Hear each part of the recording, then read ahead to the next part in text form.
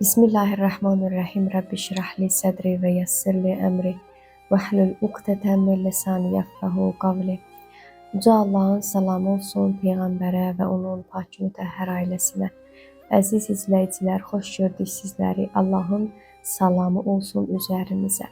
Əziz izləyicilər, bugünkü mövzum Ramazan ayında məsum rəhbərlərin xüsusi diqqət etdiyi əməllər haqqındadır. O cümlədən istərdim sizlərə bir neçəsini qeyd edəm. Mənəvi dəyişiklik baş verərdi onların həyatında. İmam Səccad əleyhissalamın haqqında buyururlar ki, o özünü bu ayda büsbütün istiğfar, ibadət və dua və təkbirə qərq edərdi. Müstəhəb namazlar haqqında qeyd edirlər ki, ümumiyyətlə bildiyiniz kimi müstəhəb namazlar və nafilə namazlar əzəmətli imamların həyatlarında adi və gündəlik iş olmasına baxmayaraq, bunlar Ramazan ayında 2 qat daha əhəmiyyət kəsb edərdi. Quran tilavəti. Məsum imamlar Quran tilavətinə bu ayda xüsusi diqqətlə yanaşmışlar. O cümlədən İmam Səccad əleyhissalamın haqqında nəql edirlər ki, İmam bu ayda Quran-ı Kərimi 40 dəfə oxuyub başa çatdıra bilirmiş. Məsum imamlardan mübarək Ramazan ayına daxil olan zaman xüsusi dualar nəql etmişlər və onlardan sadəcə adlarının bir neçəsini qeyd etmək istəyirəm. O cümlədən mübarək Ramazan ayı daxil olan zaman Həzrəti Peyğəmbərin buyurduğu duadır.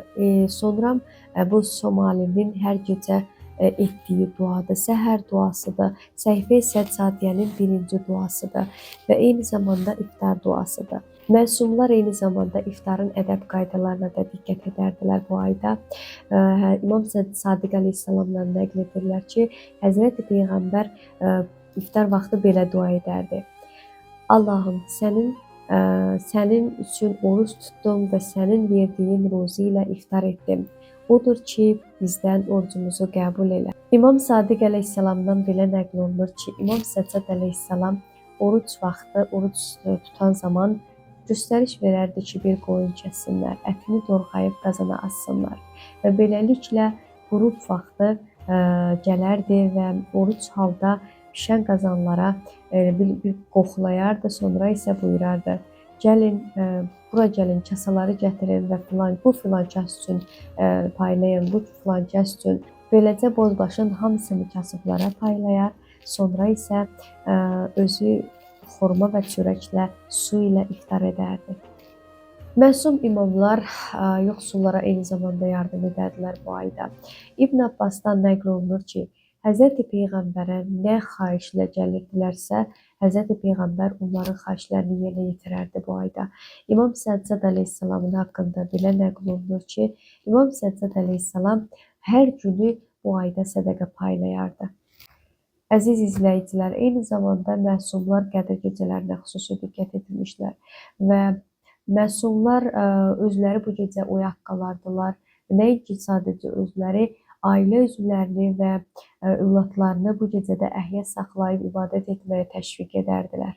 Həzrəti Zəhra salamullah aleyha evladlarını bu gecələrdə yuxuya getməyə qoymazdı və onlara isə biraz gündüzdən biraz yemək və biraz istirahət etməklə onları gecəyə hazırlayardı və buyurardı ki, hər kəs bu gecədən məhrum olsa, deməli, həmin şəxs məhrumdur.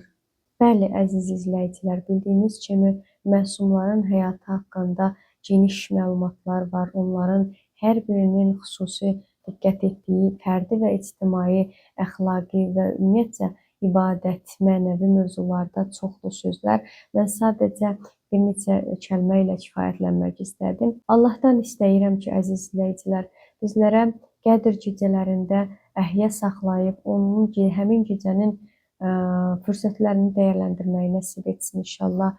Eyni xanım Zəhra salamullah aleyhanın üsulu ilə həm özümüzü, həm övladlarımızı inşallah həmin o üsul ilə tərbiyələndirək və onları həmin gecəyə hazırlayaq. Bildiyiniz kimi, əziz izləyicilər, eyni zamanda həmin gecə müqəddərat təyin olur. Allah Teala istəyər ki, həm özümüzün, həm evladlarımızın gələcəyini inşallah Allah Teala parlaq və nurani qərar versin. Bizləri bu gecənin, bu əzəmətli gecənin feyzindən məhrum eləməsin inşallah. Esselamu aleykum və rəhmətullah və bərəkət.